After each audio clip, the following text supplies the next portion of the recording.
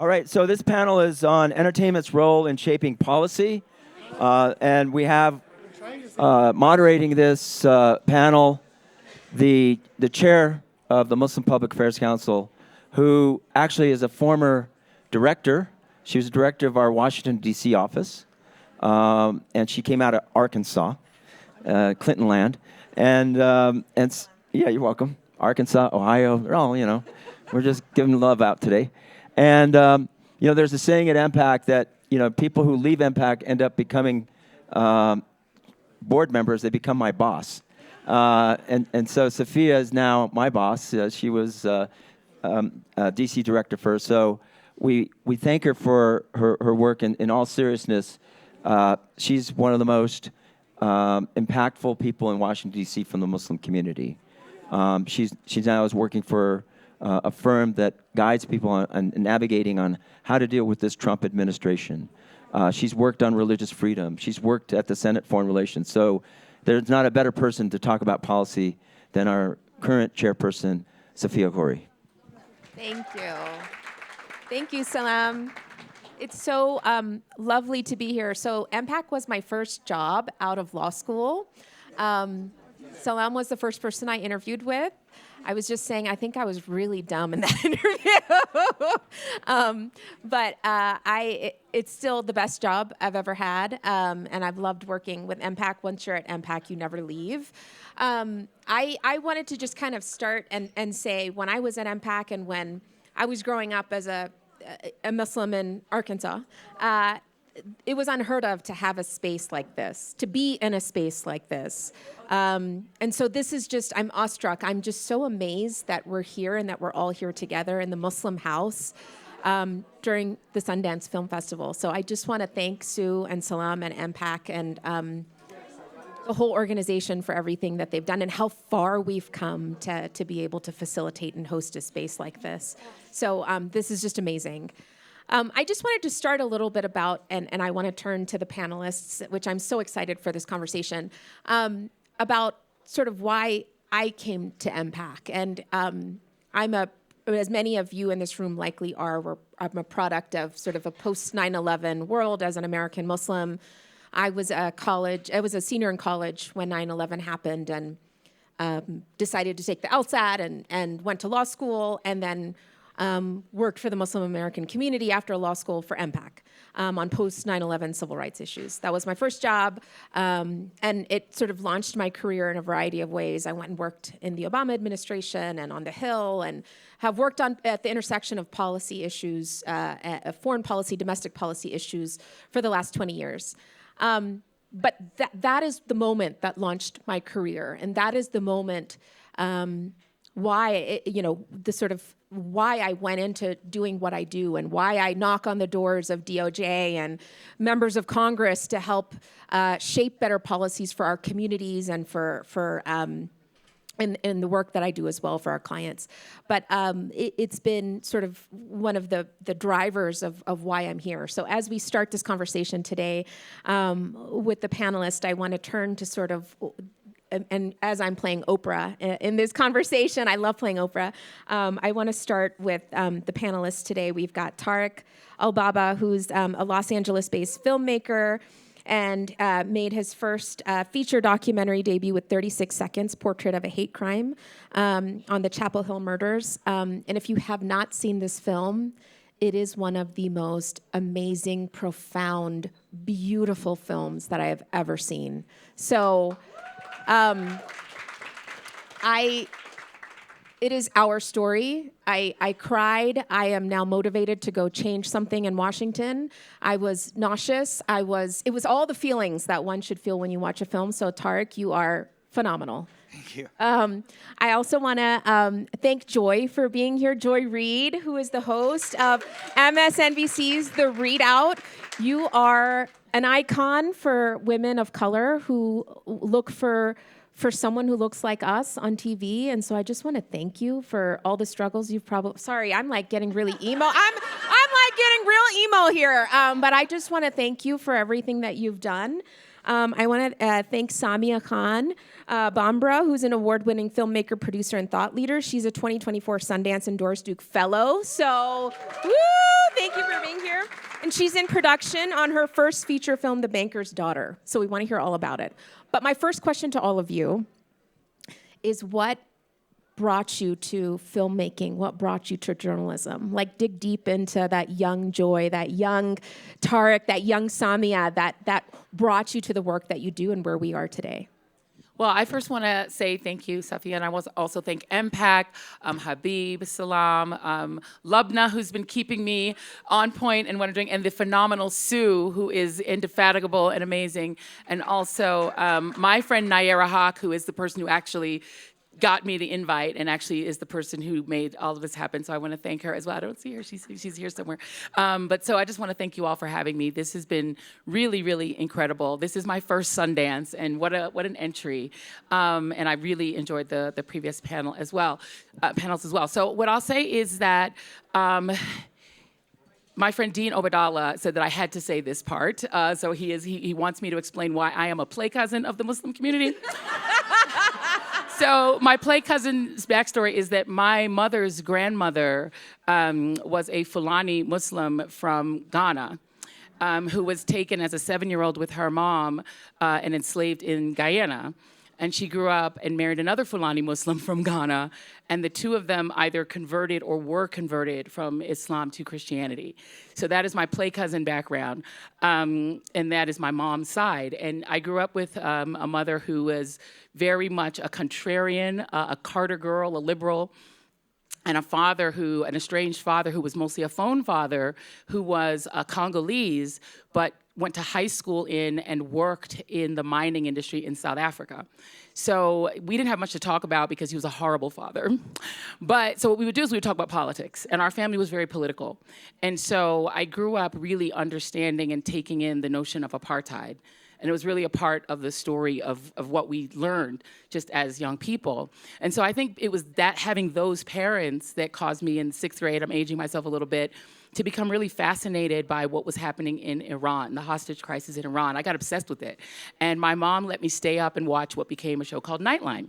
And I watched it every night. It's how I got to know who Bibi Netanyahu was, who was a commentator frequently on Nightline. And I saw his really toxic views, and really he would debate Hanan Ashrawi and just get destroyed, and I was like, that lady should be, the president of Palestine, like, she's amazing. And so I got interested in that story, but also just had a heart for the issue of the Palestinian people just as a kid, because it tied so much for me to the stories of apartheid. And then and of course, President Carter, Jimmy Carter, referred to it that way. And of course, since we were Carter kids, I just sort of I had a heart for this story. And then as a journalist, when I sort of fell into working in news, I didn't go to school for news. Similar to the stories before, my mother said, you can be anything you want as long as it's a doctor, lawyer, or an architect. But she unfortunately passed away before I went to Harvard. I went in as a pre-med and came out as a film major. So I came out as a documentary film major. And actually, my husband and I are working on a documentary right now on the assassination of Medgar Evers. So I'm a storyteller by heart, but have worked in media. And the sort of pivot point for me on the way I sort of view the news world is I was working for a local NBC affiliate when the Iraq War broke out. And the reaction of the media writ large to the war, to me, was so horrifying. It was so jingoistic. It was selling, from the New York Times to TV News, was selling a lie, very willingly and eagerly with a flag pin on. And I called Jason, my long-suffering husband, as I've quit more than a few jobs. And I said, I can't do this. When the Moabs were dropped on Baghdad, and the reaction was excitement rather than horror. And so I thought I was out of news, and I came back in because I wound up working for something called thegrio.com, which is a black-facing news outlet that David Wilson founded. It was owned at that time by NBC, and it pulled me back in. And then, of course, Chris Matthews kept booking me, so I ended up at MSNBC again, so I got yanked back in as everybody's fill-in. So that's kind of my short story, but the stories of this region, just keep sort of playing a role in my journey. They're pulling you back. Probably my mom's great-grandma, her name was Wabusia. So I think Wabusia just keeps on leading me back to my play cousins. Your play cousins, I love that, Joy. Hi, good morning. This is just so cool to be here. I was actually really emotional this morning looking around because two decades ago when I got into the industry, there was nothing like this. It was more like, yo, change your name. Don't tell anybody you're Muslim. You're not Palestinian. You're David. You know what I mean? So we've come a long way, and it's so cool. Thank you, MPAC. Thank you, Doris Duke. Thank you all for being here. My journey started pretty early. I was infatuated with filmmaking. There were two films really that changed my life. Malcolm X, seeing it at a young age. I was just, it was such a powerful film, but also the civil rights movement and how the struggle and how much African Americans had to go through and are still going through. I just gravitated towards it. And to see Muslim representation on the screen, it was just profound. And then the other film was Braveheart. And I was so young when I saw it, and I probably shouldn't have been in the theater. I don't know. I don't know how the hell I got in, actually. But I just didn't blink. I mean, it was just so moving and so cinematic. And now as a 40-year-old, I'm starting to put all the pieces together. It is because I'm half Lebanese, because I'm half Palestinian, because it's, the generational trauma, like it's like, oh, okay, I understand now. And I understand within our faith, as Salam hit earlier, this need to fight for justice. It's in our DNA. And, I moved from North Carolina where, I was also a senior in high school when 9/11 happened, and our soccer team was nationally ranked. And so we had a lot of media, a lot of buzz, and I would literally get, I had people punching me, in the back, grabbing me, calling me a terrorist. I got, after games when we would, travel, I would get, caught in this circle of parents and students, pissed off that we won and yelling the most obscene things at me. I got jumped. And in that moment, I'm like, where are my teammates? Where are the administrators? And one game, I remember, it was a team I used to play for, and I went up to the coach in the middle of the game, and I'm like, hey, this player is in my ear. He's pinching me. He's saying these incredibly racist things. Like, I used to play for you. Like, do something. And he just stared at me blankly, and nothing happened. And so I had this really bad taste in my mouth of the South, and I was like, I got to get the hell out of here. I want to pursue my dreams. Went to Southern California, and I realized that you can't really escape racism. And it's alive and well in Southern California, and it was certainly alive and well in Hollywood. And I'll just tell you this very quick story. I was working, I did it the hard way. I worked in like almost every department. I was a production assistant. I was a production manager. I worked in lighting. I was a dolly grip. So anyways, I was a dolly grip on this non-union show, and we had done 4 nights of overtime in a row. And when it came time to get our paychecks, they were only going to pay for 1 night. And I'm like, that's not right. And I went up to the EP, and I had some words with them, and I was kind of fiery. I was also in my early 20s, and I'm like, this is just not right. You promised that we would get OT. Like, you guys all have fancy iPhones, and you drive a Hummer. Like, go to the fucking ATM and get us our money. I didn't say it like that, but basically, what it was met with, calm down, you dumb Muslim, from an executive producer on a movie. And I'm just like, wow. So anyways, I've been in it for quite some time. 36 Seconds was well received, and we have many other projects that we'd like to do, and we need your support. So let's keep it going. Thank you, Tarek. I love that. You can't escape racism as someone who's moved from Arkansas to DC. You really cannot. You really cannot. Samia, please. Nowhere to go. So great to be here. I echo all the thanks that have been given. For me, it has always been very deeply rooted in the pursuit of truth and justice, and I owe that very much to growing up in a community that was building one of the most powerful institutions in the Global South for the Global South, and that was called BCCI, and I'll tell you guys a lot more about it. in a little while. But because of that experience of growing up within an institution that was committed to building power in the Global South, I was born in Oman. I'm originally from Pakistan. We lived in Khartoum. We lived in, we visited all over the Middle East. I was in Kuwait just days before the war. And in fact, my first media memory is we had escaped Kuwait. I turn on the TV, and of course, it's the first time that CNN is live streaming a war and has their, ticker on. And the house that I lived in just 4 days ago has become Saddam's headquarters. So I always was very resonant what was happening on the ground in all of the countries that I lived in. And what I was hearing about them in the news that I was listening to, the international news, was always giving me a lot of cognitive dissonance. And my way of addressing that was actually to work in policy. So I migrated to the US for college, went to the University of Chicago, and then I ended up in policy worlds. I lived in DC, I lived in Nairobi, I was in Islamabad for a while. So all of that was around policy, and we would have these wins, and it would be amazing. You make a little legislative change, and then there's like 100 years of rollback on that one thing that you did. And it really started to occur to me that it was the narrative that we were living with that was immovable. And I had heard Brian Stevenson say something that always continues to resonate with me, which is that the North won the war, but the South won the narrative. And that has been, something that I think about a lot in the context that we operate in all of the time, in which we know what we're seeing, we know what we're experiencing, and as we're experiencing it, we're calling it out. They're calling us conspiracy theorists. And look at what it takes to get them to see our truths. So that has been the journey that has really driven me into storytelling. Thank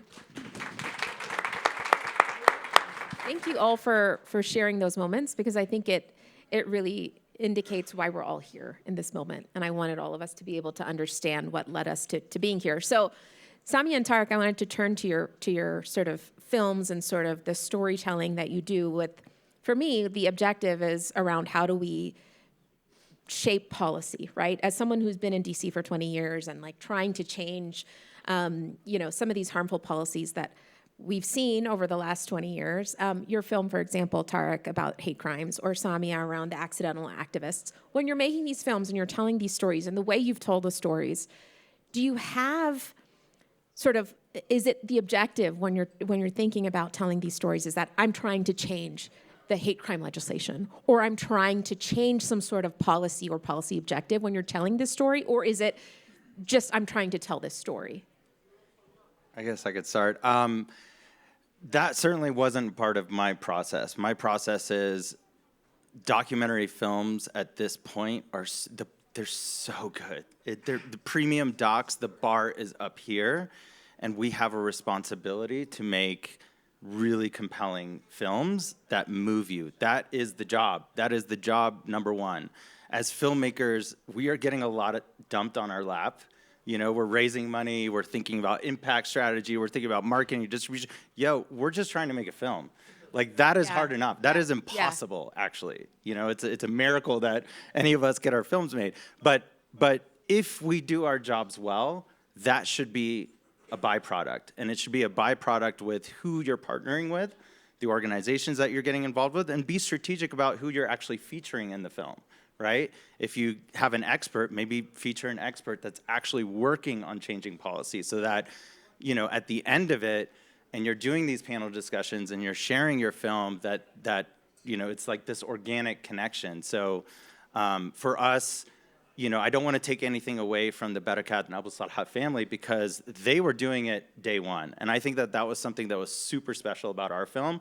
I had personally never seen anything like it. They went from victims, and in less than 24 hours, they were activists. I mean, when does that happen? Usually there's like a little bit of a buffer. Maybe you have like a week to grieve and you're just kind of lock yourself in the house. Dr. Suzanne Barakat was still in her scrubs the next morning doing a press conference, calling out the law enforcement, calling out the administration. They got the attention of President Barack Obama. Like, they were warriors, but they were also supported by the community. So like in terms of policy, in terms of like advocacy, they were already doing it. And the Muslim community, we all felt like we just need to help them in any way possible. Like for me, my tool was filmmaking, but there were people, senior advisors at the Obama administration. There were civil rights activists. Like everyone was just like, yo, what do you need? How do we get this done? So, you know, job number one, make a good film, move people. And you did that. Thank you.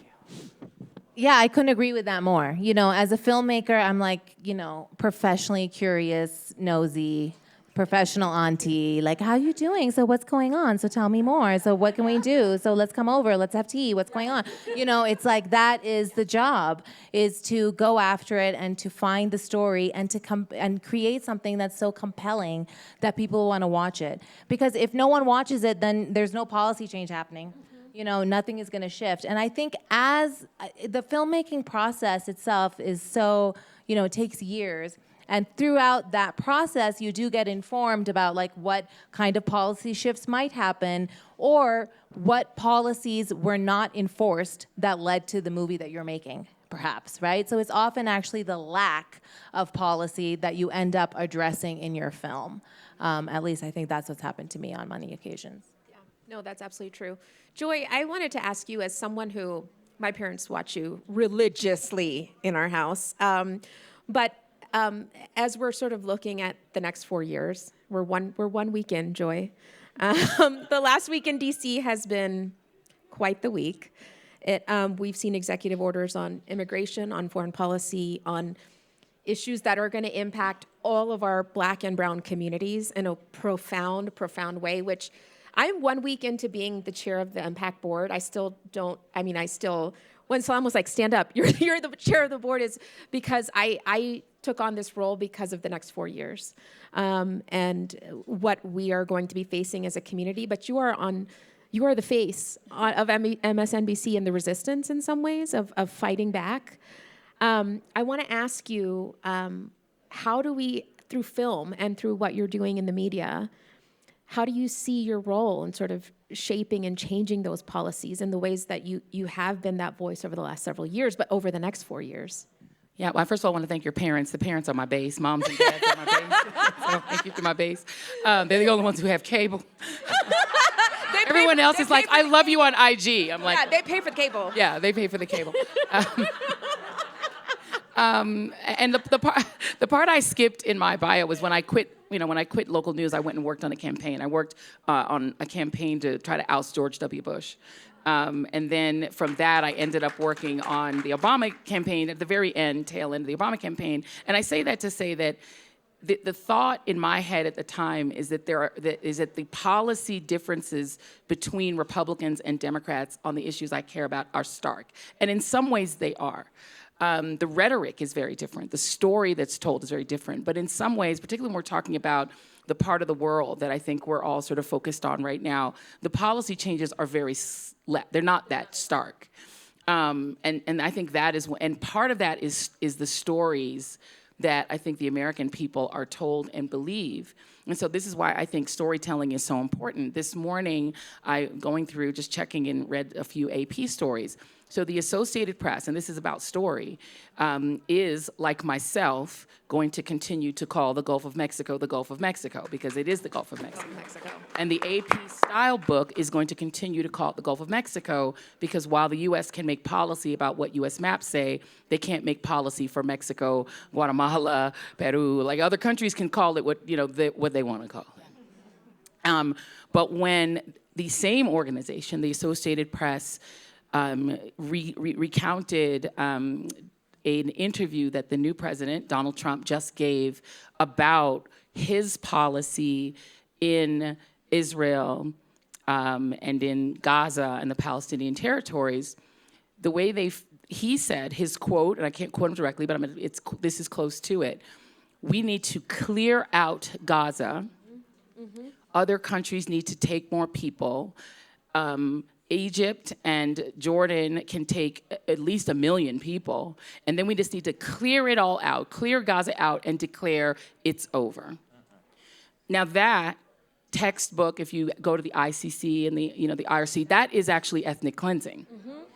But the AP, which is holding the line on the Gulf of Mexico, did not describe ethnic cleansing as ethnic cleansing. They did this story in a very benign way that didn't raise a huge red flag alarm, that is a call for ethnic cleansing, particularly since Donald Trump has declared Gaza really great real estate with ocean views. And he is a real estate developer, as is his son-in-law, who has a $2 billion from the Saudi royal family. Like, there's all these stories that we as curious auntie, because I'm a nosy auntie too. And when I got obsessed with the Iran hostage crisis, my mom said, you need to go look up why they would have done that. You need to go to the library. We didn't have internet at the time. And you need to figure out the problem. And it's like, oh, it's the Dulleses. Oh, it's the CIA overthrew. You need a backstory, right? You need context. And I think what's wrong with our media right now is that we're giving people very surface information without context. And that we're avoiding, particularly when it comes to the Middle East, saying a thing that is a clear thing. When the ICC and the IRC adjudicate whether there's a genocide, we still, in the media side, don't say what they said. When South Africa, goes in and argues a case in which they're supported by Ireland and other countries, and they're very assertively saying official words out of their mouths, which we could report, we're sort of only reporting the pieces that already fit a narrative that the American people prefer. And so I think we're not challenging our audiences enough to see the context and to see the reality and to actually understand the nuances of these stories, because people have already taken a side in their minds. But we don't even understand that. I mean, the previous panel was talking about the fact that the Middle East conflict, as we call it, is not a Jewish versus Muslim conflict, because there are Christians and Muslims and Jews on the Palestinian side alone. If you go to the old little town of Bethlehem, well, that's a Palestinian city. The people there are Palestinian and Christian. They're Palestinians. Okay, so we don't even understand that. So we don't know. We don't understand maps. We don't know where these countries are. People are like, let's go to war in Iran. I'm like, do you know how big Iran is? It's bigger than Iraq. You need to pull out a globe and you need to look at it. And the earth is round. You need to look. And so I sometimes, the things that I do on my little team, and it annoys my team, I'm like, context. I want all the context. I don't want to just say this thing happened. I want the context. And I need a map, like for Americans, because we don't know where geography. That's it. We're not so good at geography. No. But there's something that you just said, which I want to touch on, which is about we have been trying to control the narrative in some ways, right? Like, this is what MPAC is doing. This is what we're doing on the Hill. This is what we're doing with the media. This is what we're doing with Hollywood.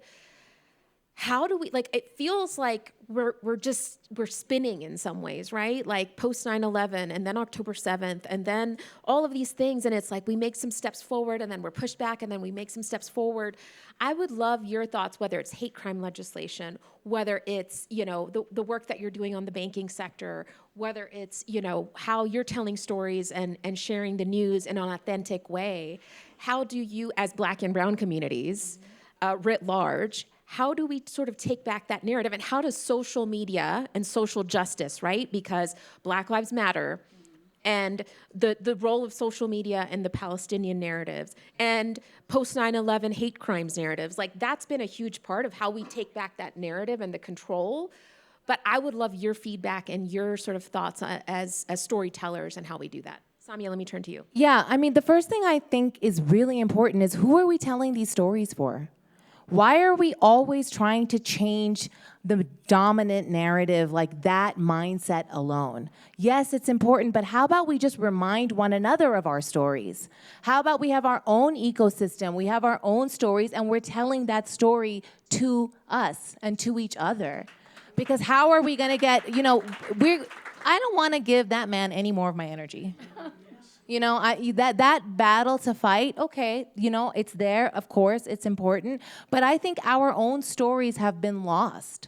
When I say BCCI, the most powerful global South institution that was building power in the Muslim world, how many people knew that in here, right? So I think that is a step that is so critical, especially in these times, is that we turn to each other and we remind one another of what our own narratives and our own stories are. Because if we're constantly just fighting what's coming out of that side, then when we really need to get together and come up with something, we're not going to remember who each other are. So I think let's turn the gaze so that we're not always just looking to them to accept our stories.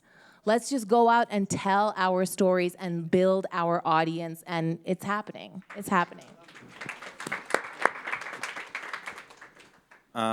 Two things came to mind. I believe you almost have to keep it simple. You want people to walk a mile in your shoes. And, for instance, in my last doc, just imagine if you were the parents of these children who literally did everything right. I mean, I looked for dirt. There was none. They didn't even cuss. They were just pillars of their, society, of their community, and you just want to empathize. You want to feel what it's like to be this mother, this sister who's grieving, it's just not fair. And I think the average American can relate to that. Right? This is a horrible thing. What did they have to go through? What is their pain? And what is the connective tissue to my own kids? Oh, my kids play basketball. My kids dance around the house and listen to hip hop. Start simple, get them, and then, to your point, context. Hate crimes is a tricky thing. They're hard to prosecute. They're outdated. Some people don't want to go to law enforcement and admit that they were a victim of a hate crime. Some folks may not have their citizenship and might be worried about being deported. So, offering a little bit of context after you've made that emotional connection to your characters, I believe that's how we start to have some change. And I think also we have to treat the world as one world and treat these stories as interconnected, right? So when we got in the car this morning, our driver's name was Tanka, and he greeted us in his language. He's Navajo. And when I came here, Sue, when she got on the stage, greeted us with Assalamu alaikum, right? And in a greeting and these are the same greeting. Both of the greetings were peace be unto you. Connection. We're seeing doors kicked in to restaurants in New Jersey and around the country, in Chicago, people showing up at schools looking for, quote unquote, illegal immigrants. Our driver, Tanka, who is, again, Navajo, so he should be evicting a lot of other people. Told us a story. And he said, this is the benefits of riding with me. We were like, we'll hang with you all day, because we were like, it's going to take us long to get here because of road closures. He was like, well, I'll just tell you stories. We're like, tell us one.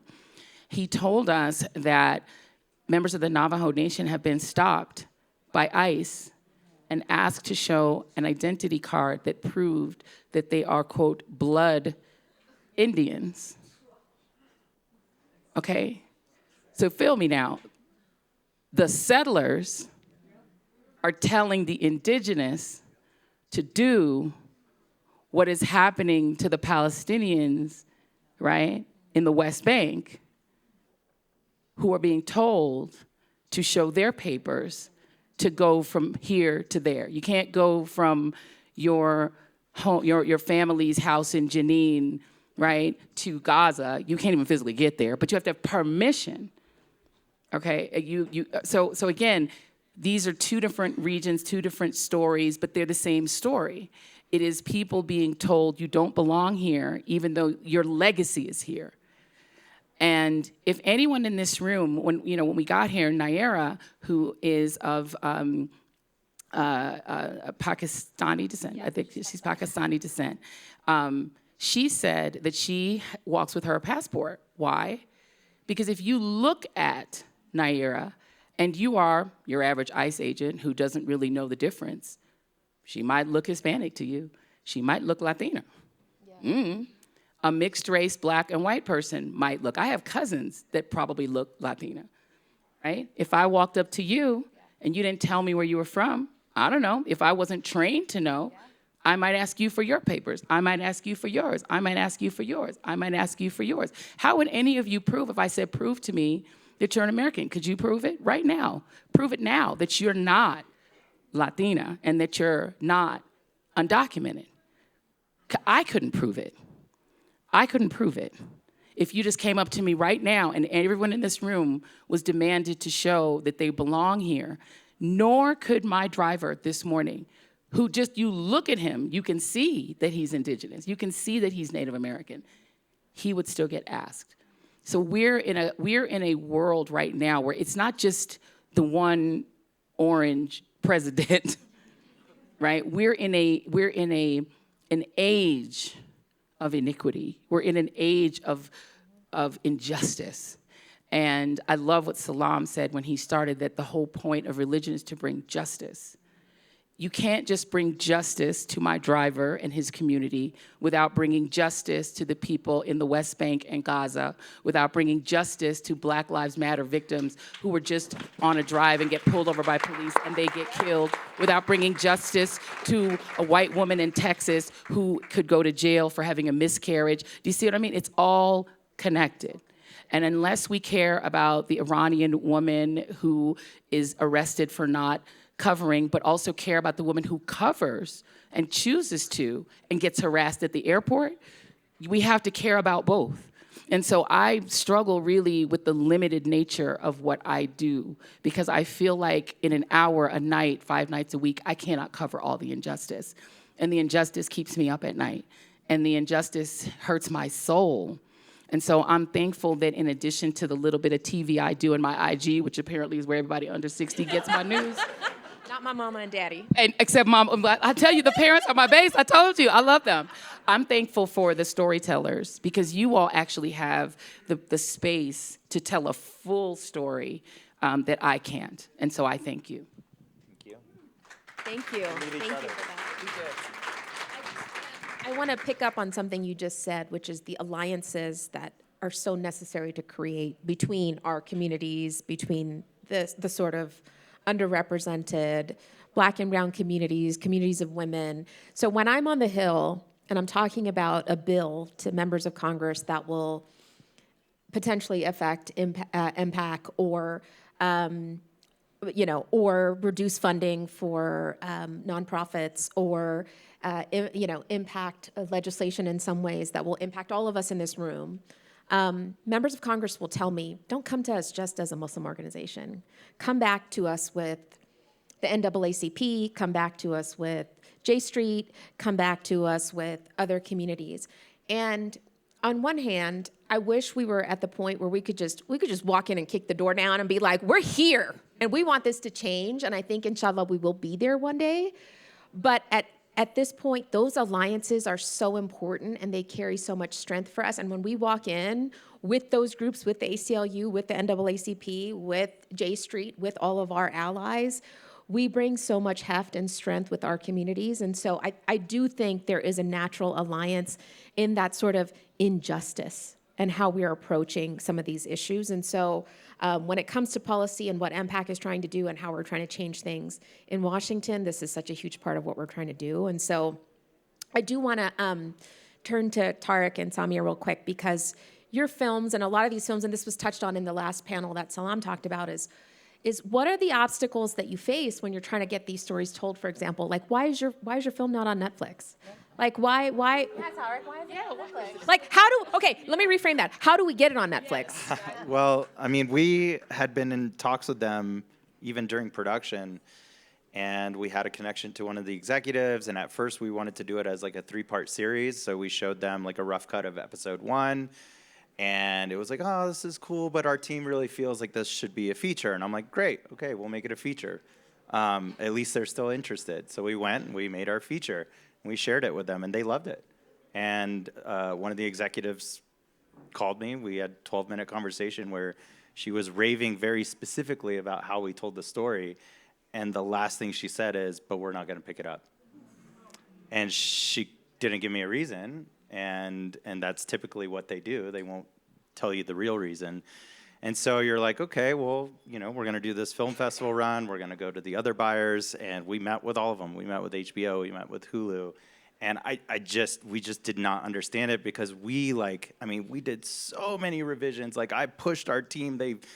I mean, some of them had mental breakdowns because it just wanted to meet that high bar. I did not want them to think that it wasn't a premium doc or it wasn't, we tried to frame it in a way where it was a true crime story that was going to appeal to a wider audience, but it's going to have that authentic Muslim American story that we demanded and we fought to keep in the film. And you know what? There's just only so much you could control, right? I mean, if they said no and they're not going to pick it up, you have to scramble, right? So you do community screenings. You do an international broadcast deal with TRT. You try to do a domestic thing with PBS, and think outside the box. Like we partnered with Zateo for our DC screening, and it was amazing. It was a sold-out screening, and Mehdi Hassan was the moderator, and it was just a really meaningful conversation with, the executive director, Maya Berry of the Arab American Institute, and Dr. Suzanne was on the panel, and thousands of people watched it. And there were hundreds and hundreds of comments, and so many people were like, they didn't even know the film existed. And they're like, thank you, Mehdi, for sharing this film. So I think to Alana and the folks at Watermelon Pictures, we have to think outside the box. We have to have a very robust strategy for our films. But also, I want to say, let's not forget about HBO and Netflix and all these people, because guess what? People change. The executives, they may not be there in a couple months. Right now, I think everyone's playing it safe. They're looking at their algorithms, and they're spending $5 billion on WWE wrestling.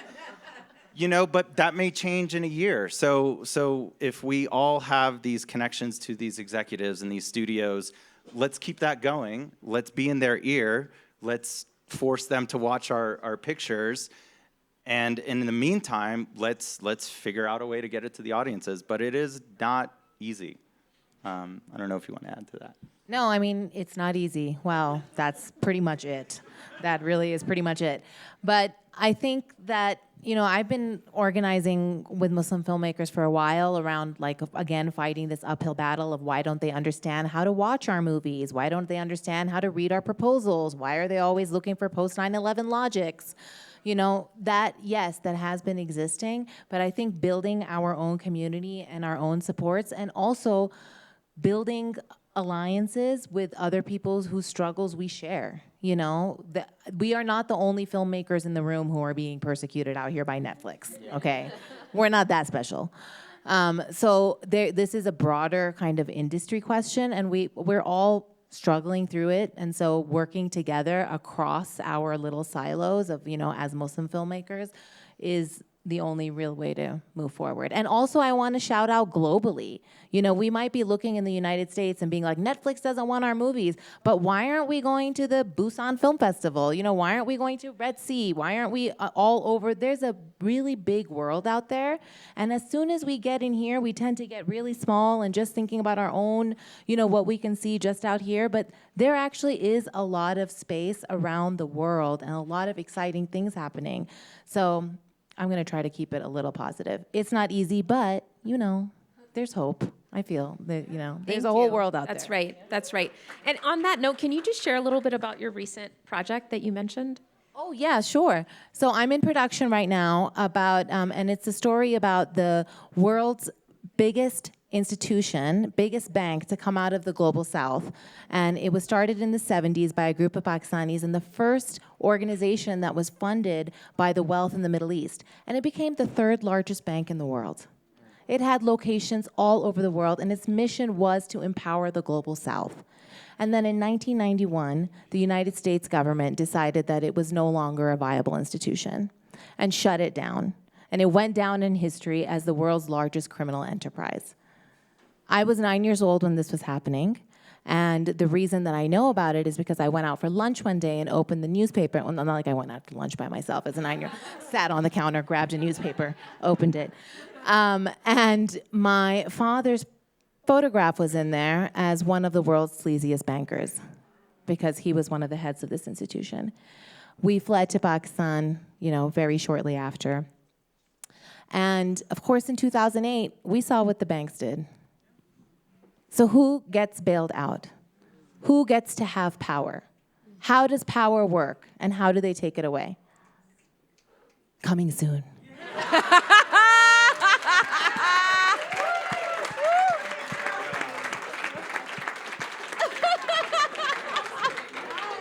Oh my God, we were all, I was just like, I was hanging on to every word. I'm booking both of them, by the way. You both need to come on my show. I'm like, Yes, done. I've already booked Watermelon Pictures. There's a guy Justin here. I'm literally filling my whole calendar. I love it. I love it. That was amazing. The Banker's Daughter. Oh, I love it. Oh my But where are you in production? Like, where is this? I've just returned from 6 weeks in Pakistan, where one of my main characters is Manuel Noriega's banker, and the other one is my father and my family, who was accused of funneling money to Saddam Hussein. So my next step is that I have a lot more investigating to do. And I think that we have maybe, another little while left in production, and then there'll be the post-production, and it's not easy. Again. Not easy, but we're going to screen this in Washington. Yes. Oh, we're hosting. I'm already planning. So you're amazing, Samia. That's amazing. Thank you. Thank you for telling that story. I have one more question for you, and then I want to open it up to the audience. Joy, I want to ask you, because there's direct parallels behind in how our communities organize in terms of, and I touched on this a little bit, like the social activism, right? And how the Black community organized after Black Lives Matters. And it really sort of changed the narrative, right? I mean, the whole world saw the injustice of how many of us, living in the South, I've always seen how the disparity between racially, right? Do you have sort of thoughts on how our community, Muslim American community, sort of how we can sort of drive that narrative and change the narrative, given how you've sort of driven the conversation, given your platform for Black Americans post George Floyd? Well, for one thing, I think pay attention to the backlash. A lot of the anti-DEI conversation really is about the tremendous backlash to the George Floyd, in many ways, performative corporate response. Because it's not as if George Floyd was the first Black man killed by police. It's just that everyone was at home, stuck home because of COVID, watching it. And then when people were outside, they were going outside to protest it. And for a lot of white Americans, they were shocked to see their own children joining those protests. And I will note the ways in which the pushback was organized. They first called the protests violent. 96% of them were nonviolent. They then claimed that the protests were burning cities down. It then turned out, as we were doing more reporting, that it was anarchists who were against Black Lives Matter who were coming in, smashing windows, and creating violence in order to blame the violence on the protesters, something that also happened during the 1960s when provocateurs would attempt to turn the country against the Kingian nonviolent movement by saying, no, it's really violent. So the way that pushback has been so thorough that now essentially Black people are being driven out of universities, university positions, driven out of corporate America. Target is now facing its own boycott because it's dropped DEI. Everyone is joining the Stephen Miller / Donald Trump bandwagon of dropping any changes that they attempted to make post. So the same backlash has happened to the Me Too movement, which was also created by a Black woman, but the backlash has been so thorough that, we're now back to women need to go home, have babies, and you're a childless cat lady, and you get no respect. Like, it's so aggressive. So I think one thing that the Muslim community has to note is that for every advancement that you make in this way, every story you get to tell, the backlash is going to be furious. The backlash is going to be fierce. And to face that backlash, you need to understand and study these other movements and also join in solidarity, because we've been there, done, like as Black folks, like we've been doing this since 1619.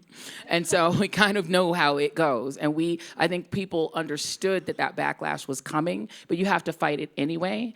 and get your narratives out anyway. And one of the ways in which Black Lives Matter sort of changed the game in terms of traditional organizing is that traditional organizing took place in churches, and it was physical organizing. That was very digital organizing, which is easier to pull off but harder to sustain, because there has to be more organizing behind just hashtagging. There has to actually also be a ground element to it. You have to actually have physical organizing that backs up what you're doing online. And the ways in which Black Lives Matter has truly been destroyed as a movement by the backlash, I think, is instructive.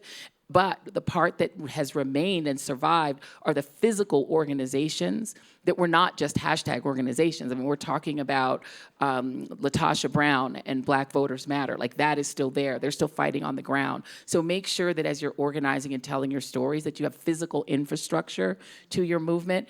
And then also the ways that the original civil rights movement, their old Black Lives Matter, the Kingian Black Lives Matter, they used TV. And while TV mostly is, mamas and grandmas that are watching, it still has power. Yeah.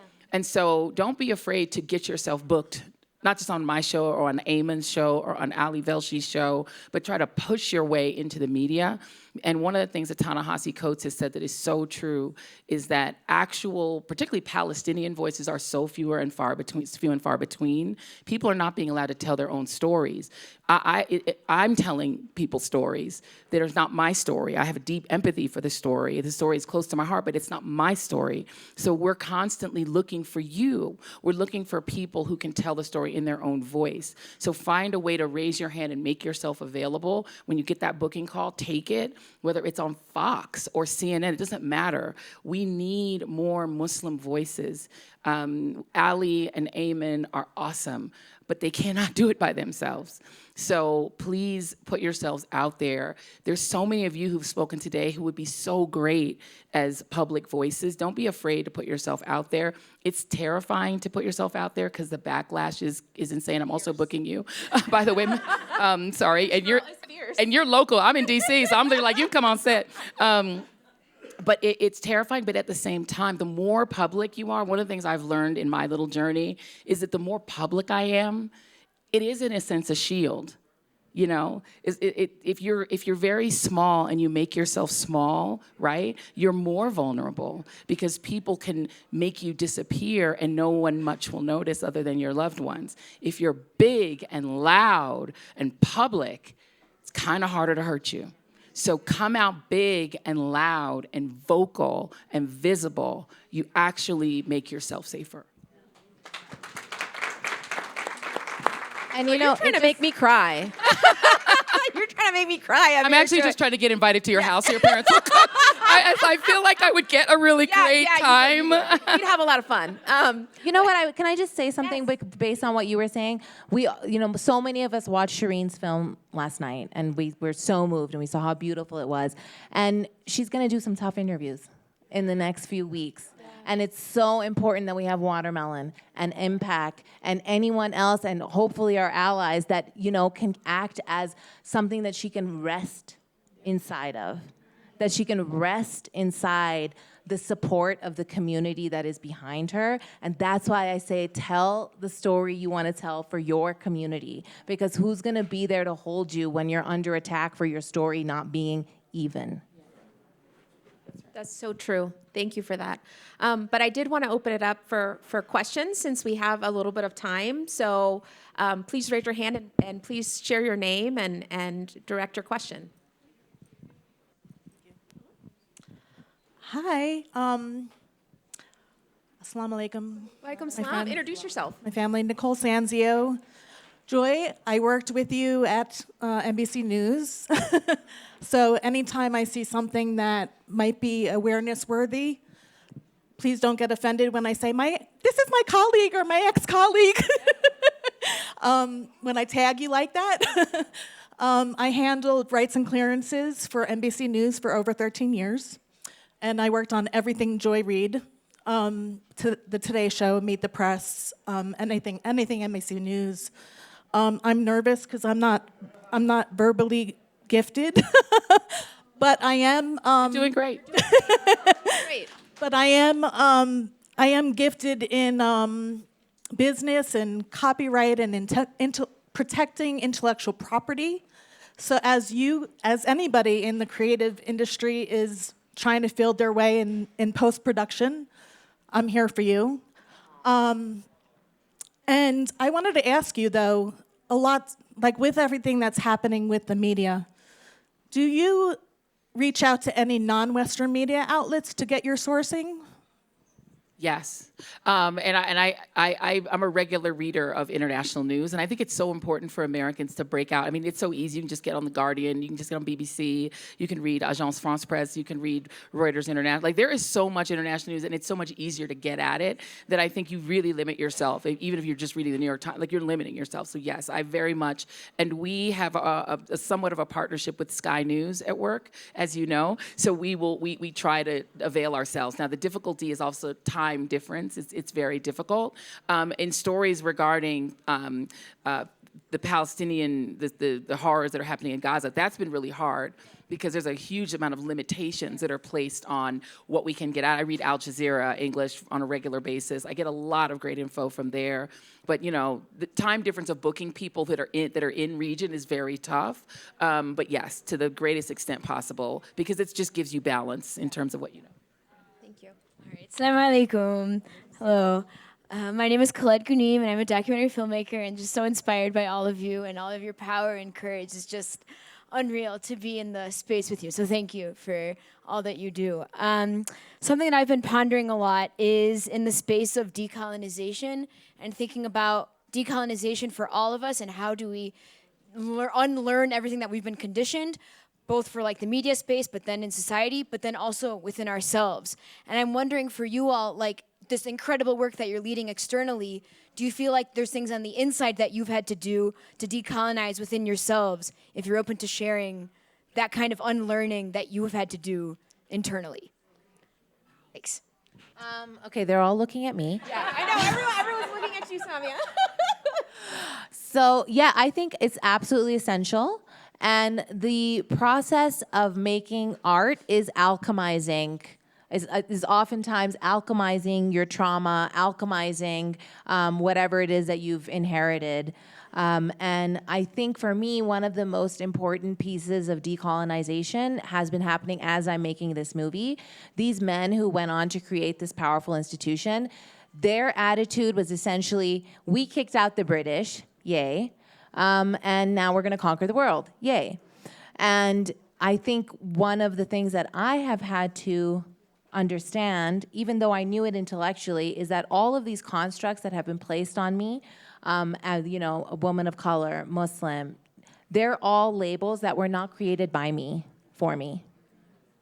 And so what are pieces of those that I take and I internalize and I say, yes, these pieces are true, and what are pieces of that narrative, not just the identifiers, but the narrative that goes along with it that I have to decolonize within myself, because even those terms are colonial terms, So that has been the process for me, and it's been happening as I'm making this movie in a very concrete way. I think it's just, educating ourselves, because, if the only story of the Palestinian struggle that you hear is from your parents and your aunties, I mean, that's a pretty limited view. It's important, and you should understand that, but you got to go deeper, and you got to, educate yourself, and, don't allow Western media and Western academic, space to tell you that, the entire Middle East, just write it off because it's a mess. You have to understand, well, what really happened? What transpired? Who took over and why? And why is it run like a mafia? And how could we get people to understand that the truth? And that's the stories that we want to tell, actually, because we all have a lot of family there, and we care about these places, and we know that there's good humans there that aren't, just victims of oppression. They're doctors, they're lawyers, they're journalists, they're human beings that have feelings and ambitions. And, I shot on the Turkish-Syrian border once, and when I'm meeting these quote-unquote refugees, it's important to tell them and to look in their eyes and just acknowledge that we are lucky. I'm lucky that I was born in the United States. Like, I could easily be in their shoes, right? And yeah, it's just those experiences of being there and sharing these stories with even somebody you're sitting next to on a plane. I'll tell you this one quick story. I was flying from LA to New York, and oftentimes when you go from LA to New York, you're gonna have industry people there, right? And I could hear the conversation right in front of me, and it was during COVID, so everyone's a little on edge anyways. But it was a DP and a director, and I knew the language, right? Because I speak the language. And they started talking about the Middle East, and there was a comment of, well, yeah, women have no rights in the Middle East. And the other guy claimed that he, studied the Quran and he knows the Quran. And I'm like, dude, I speak fluent Arabic, and I still don't really understand the Quran. Like, let's be real. And I just said, I just had to say something. I just leaned in and I said, excuse me. I just want you to know that that's factually incorrect. It's factually incorrect. I have family. I have an aunt in Lebanon who owns her own company that doesn't wear a hijab. Like, I just started, boom. And I shoved my phone in his face. I was like, would you like to text her? Would you like to call? Like, this is real. You can go about your day speaking this BS, but I just want you to know that you are factually incorrect. Mic drop.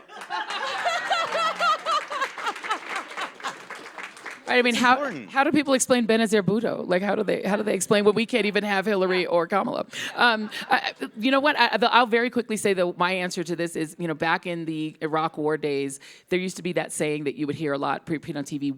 Why do they hate us?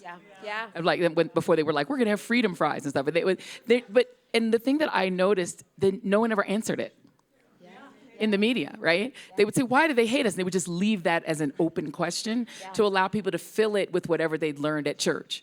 And, because Christians are like, well, we got to take this side because of we're Christians. And so we just take these people's side. And, the simplistic nature of America's understanding of the entire Muslim world is actually the fault in many ways of our education system, which is not very global based, but it's also the fault of our media. I'm being honest. We're failing you in that we should have, the people, and back then I was just a digital editor. I had no power to do it. And we didn't have the internet the way we do now.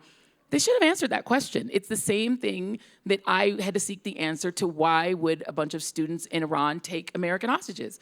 There's a whole story there, and one of them has an airport named after them. That Dulles is a thing that exists. Well, who was Dulles? Well, what did he do? What did he and his brother do? Things don't just happen because people are just insane. There's reasons. There is a context to all of these stories that is much more complicated. It's a harder thing to do to decolonize your own brain as a news person, because what the audience wants is 6 minutes of what I already believe, right? We just have to decolonize our thinking as journalists to say, no, history didn't start on the day of this bad thing. It didn't start on 9/11. What happened? Not that you're never justifying bad things, but you're saying, why did this happen? Because I think it actually is comforting in some ways to just at least have some understanding of why.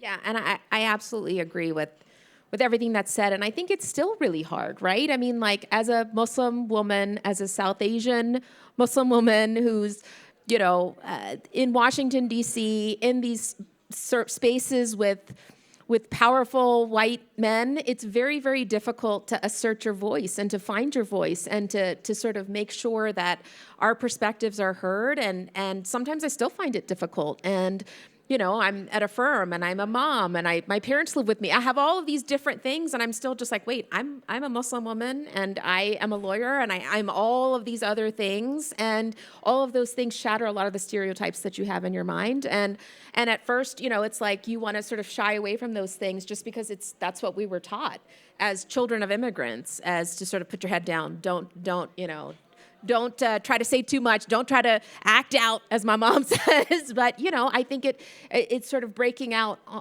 in our own ways and sort of finding our own voices. And so I think it's really important. I know we have one more question here. Assalamu alaikum. My name is Arshad. Tariq, it was very simple with Netflix and Amazon. All you needed to do was remove the word Muslim from your movie, and you would have made it. Joanne, I just want to ask you, a question that's been really, really bothering me, which is that I want you to address the tone policing of the centrists. I want you to address how they have harmed our struggle. And I specifically want to know why you do not give third parties a chance in this country, and how the Democratic Party has butt Hamased all of us, and how now that we know so much of the truth of October 7th, why that is never addressed in the media, and why those people aren't held accountable who actually lied, and like the New York Times story and all this stuff. So this kind of gaslighting has never been addressed. And I want to know how we can correct it, and I want to know how, it can be addressed. Yeah. I mean, it was never really addressed after 9/11 either, right? And the New York Times essentially, goaded us into war, no different than sort of the yellow journalism of, before the Spanish, the wars, to take over Cuba, et cetera, in the early 20th century. And I think you're absolutely right. I think the binary system in our politics is kind of built into our politics in some ways. And so third parties aren't taken seriously because they actually cannot win a presidential election. And I think that's one of the criteria in which people don't address third parties, because can you or can you not get 270 electoral votes? You cannot. They cannot. So they don't get any traction. So I think that's the simple answer there. Bernie Sanders, in order to run for president, had to run as either a D or an R, so he picked D. And then the fight internally to sort of expel him like, just sort of expel him like a virus that had come into the body is what produced all of that rancor that actually helped to take Hillary Clinton down. And so because we don't talk about the context of how our politics works, I think that's the answer to that piece. And as far as the tone policing on the coverage, you're talking about the coverage of the politics in Israel, Palestine, yeah. I think number one, and I started by saying this, I think people think the politics of Republicans and Democrats are very starkly different. And they're not on this issue. The politics of progressives and Democrats are very different. So AOC and, Cori Bush and progressives who are in the Democratic Party out of the same convenience, which is why that Bernie Sanders basically allies with the Democrats, even though he's not one, right? In order to have power, you have to be in the Democratic Party, but they're also in the Justice Democrats, and they're in all these other coalitions. New York allows that. But the progressives and Democrats are on very different sides here. When it comes to this policy. But the subtleties, the tiny differences, both want to send bombs, okay? They both want to send all the bombs, right? They both do, right?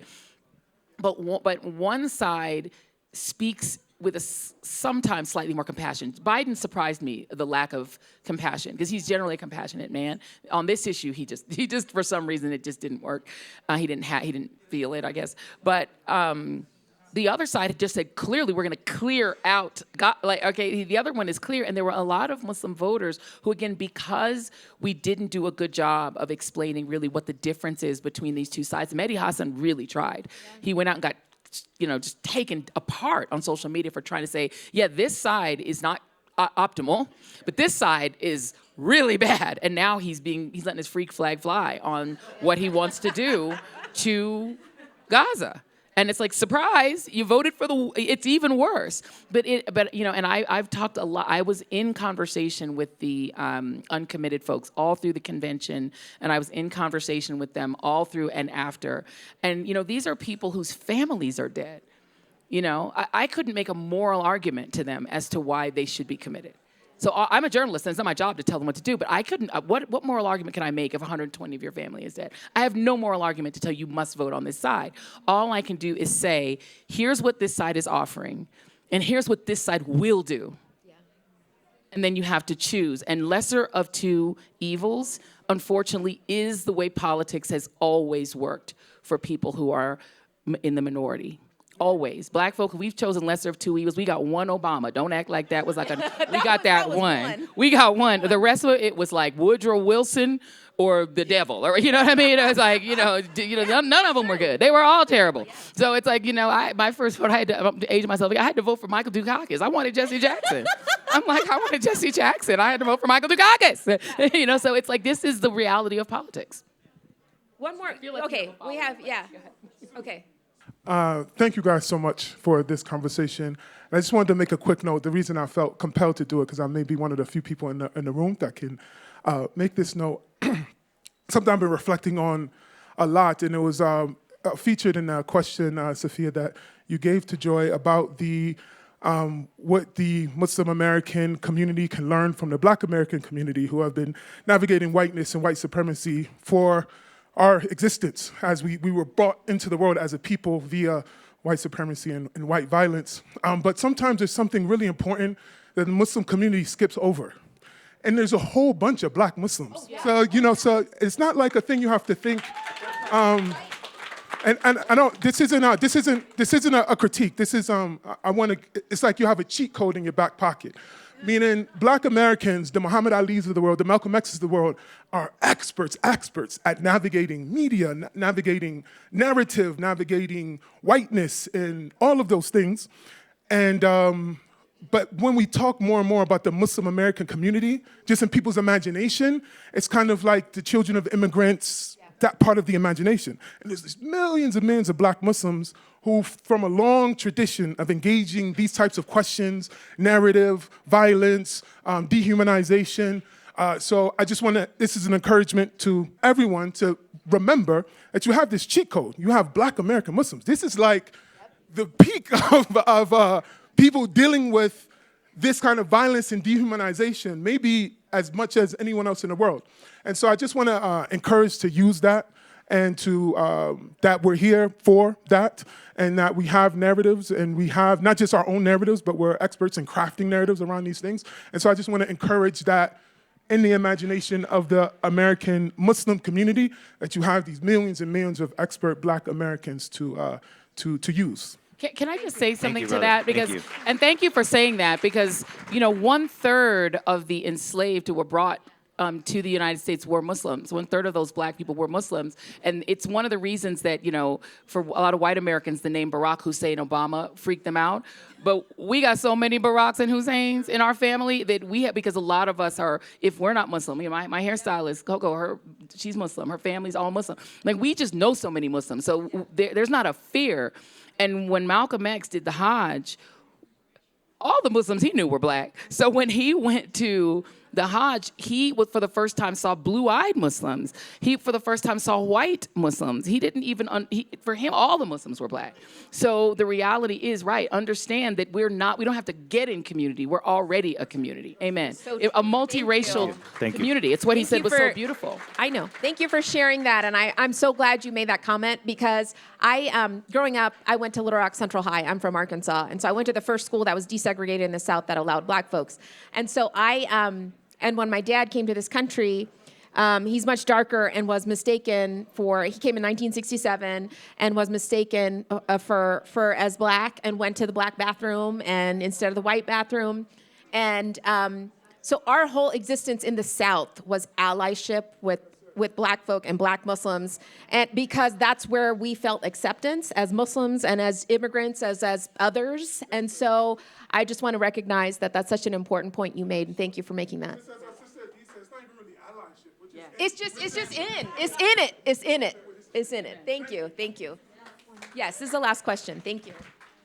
Thank you so much for coming today, sharing your important words, all of your important work. I'm going to probably not have as good a question as all of these others, but I'm going to pick up on building viewership. And it sounded like kind of like marketing or PR in a way that you were talking about, Joy. Could you comment on how filmmakers, how this maybe is for Watermelon Pictures as well, how we can use marketing, right, to build that viewership, to get our narrative out, and in building that viewership, to get the interest of these much larger or more powerful distribution channels that can then amplify those messages? Thanks. Yeah, I mean, that's what we're talking about. It has to be a very robust strategy. Like, if you come to Sammy or I and you're not talking about social media push, influencers, organizations, in-person community screenings, like, get out of our face, honestly. Like, putting it up online, on Apple TV or whatever, on video demand, and just magically people are going to watch it, that ship has sailed. I don't know if it ever worked. But it needs to be robust, and we need to think outside the box. And also, again, this is getting dumped on the filmmaker. So not only do we need to raise our $500,000 or our multi-million-dollar just for production, now you're dumping it on the filmmaker to also marketing and distribution and impact. Like, the impact strategy is a huge thing, and it's so important. But the piece that's missing in my experience from the impact strategy is that here's this money to go pay somebody else to go do this work. But, oh, wait, we need you, the filmmaker, to work full time on that impact campaign for no money. For free. And it's like, yo, I got 2 small kids, and I'm trying to make other projects. So I don't know if this is the answer you want, but it has to be robust. It has to be like there has to be this package. And there are organizations out there that want to host your film, right? That want to bring you to their city. So thinking about this early on is what we filmmakers don't do. What I did. I made a huge mistake. I was tunnel vision. We are making this film. It's going to be the most powerful thing that I could possibly create, and it's going to get on Netflix. That was my tunnel vision. It's Netflix or HBO or it's nothing. And that was such a huge mistake. Such a huge mistake. We had a 0 line item budget for marketing. So that doesn't work. Did you want to? I just want to say one other thing that I think is going to be the answer that a lot on one side of the political aisle won't want to hear. Part of the answer is DEI. Because to the young lady who asked about decolonizing our minds, why aren't there more Muslims, people of color, that are the gatekeepers, right? That get to decide what gets on Netflix. What DEI was trying to do was to say, we need more variety in the room, in the C-suites, when people are deciding what to greenlight, what to buy, what's worth buying, what's worth showing on these platforms. And if we're just constantly begging other people to embrace our stories, we're never in power. How do we figure out how to create the distribution outlets with the power of a Netflix, but with the faces and the backgrounds and the stories and the commitment that comes from us? Those are the coalitions. I wish those were the conversations that were happening, because the amount of money that all of our communities have that we spend on Birkin bags and on trips and on whatever, we have the money. Our spending power collectively in these communities of color it's probably $1 trillion. It's there. Who are our celebrities? Who are our people that have money and can start to build institutions? Where's our Netflix? Yep. So. Thank you. It's coming. It's coming. I want to take the liberty to ask the final question and bring it back to our conversation. And again, thank you all for being on this panel today. And thank you, Sue and Salam and Habib and MPAC and everyone for facilitating today's event and the Muslim House. You know, in your film, and I'm gonna get emo because Tarek knows I told him that I cry in Frozen every time I watch it. So I was like, I'm gonna cry in your movie, which I did. I cried for an hour and a half. There's something that the parents of Yusur and Razan said after the tragedy happened that I wrote down. He said everything they were trying to do was trying to change things for the future, for their children, for their kids, for a better future. And your film is, as the daughter, as for your father, is trying to change things for the better, for the future, for as his child, for your kids, for my kids. I'm at MPAC and I do this work because I don't want my kids to face the taunting and the being called a terrorist like I was called many, many times.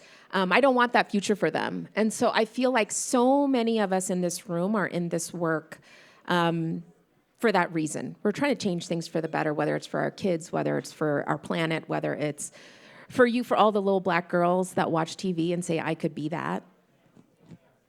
That's so important.